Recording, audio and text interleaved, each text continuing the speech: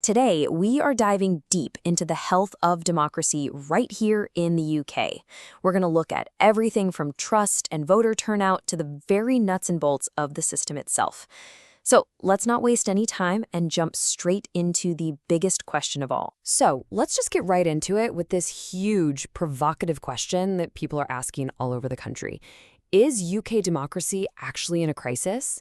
It's a really heavy thing to consider, but if we look at the evidence, we can start to piece together an answer. Take a look at this number, 59.4%.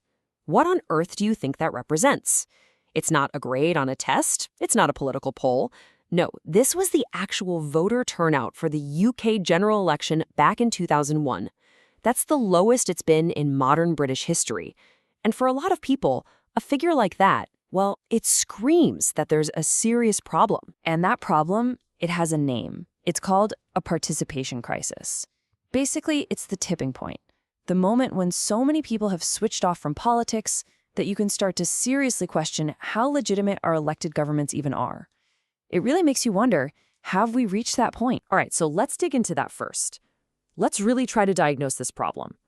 Are we genuinely in the middle of a participation crisis? Now, if you look at this chart, you can see the trend over the long term.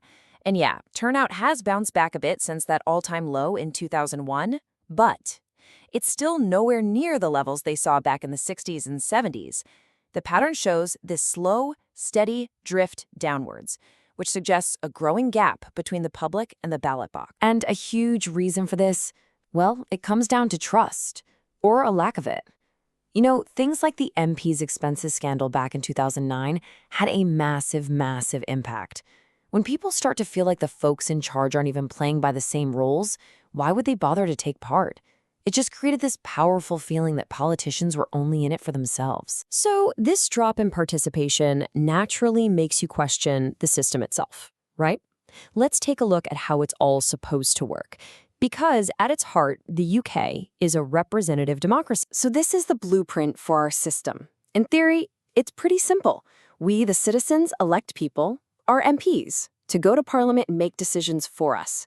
And if we don't like the job they're doing, we get the chance to vote them out in the next election. It's designed to be a system of accountability. But, like anything, it's a trade-off. On the one hand, an advantage is that these representatives can become experts on really complex stuff that most of us don't have time for.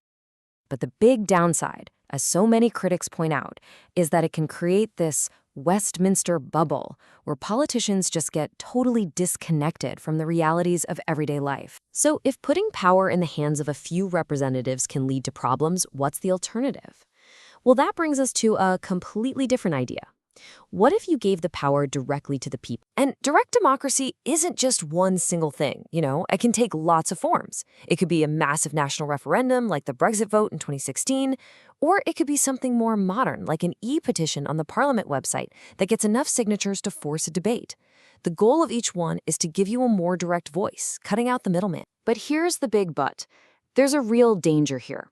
When you take something incredibly complicated, like, say, a 40-year economic and political partnership with the European Union, and you boil it all down to a simple yes or no question, well, that can be dangerously simplistic. It just wipes away all the nuance and can leave the country incredibly divided. So, since both systems clearly have their flaws, the conversation naturally shifts to, okay, how do we fix this? Let's look at the huge debates about reform that are happening as we speak. First up is a pretty radical idea, one that countries like Australia have already put in place. What if we made it illegal not to vote? And you can see there are strong arguments on both sides. On the yes side, people say it's a civic duty, just like paying your taxes or doing jury service. It would obviously boost turnout and give governments a stronger mandate. But the no camp argues that the right to vote has to include the right not to vote, that forcing people to the polls is actually anti-democratic. It's a tough one. All right, the next big debate is all about young people. Should we lower the voting age to include 16 and 17-year-olds? Now, the argument for is pretty straightforward. If at 16 you can work, pay taxes, and even join the army, why on earth can't you vote? Plus, it might get people into the habit of voting for life.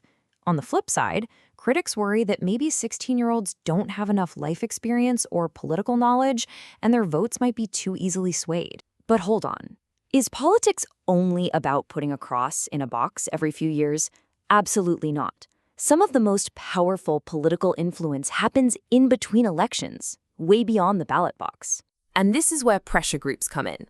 These are organizations that exist specifically to influence government policy.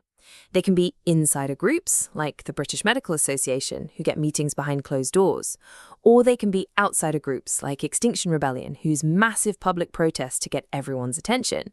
They're a really crucial part of the whole democratic process. And you want a perfect, really recent example of this? Look no further than the footballer Marcus Rashford and his campaign for free school meals. He used his huge social media platform, he partnered with charities, and he drove a massive e-petition. And what was the result? He forced the government to completely change its mind and found an extra £120 million in funding. That's real power. So what does this all prove? It proves that while voter turnout might be a concern, political participation itself is alive and kicking. It's just changing. It's evolving. Whether it's through petitions, protests, or viral social media campaigns, democratic engagement is happening all around us all the time. So let's go back to that big question from the start. Is UK democracy in crisis? Well, maybe crisis isn't the right word, but it is definitely facing some huge challenges, from a lack of trust to serious questions about the way it's structured. The system absolutely has its flaws, and there are big arguments happening over how to fix them, which really just leaves one last question. The most important one, maybe.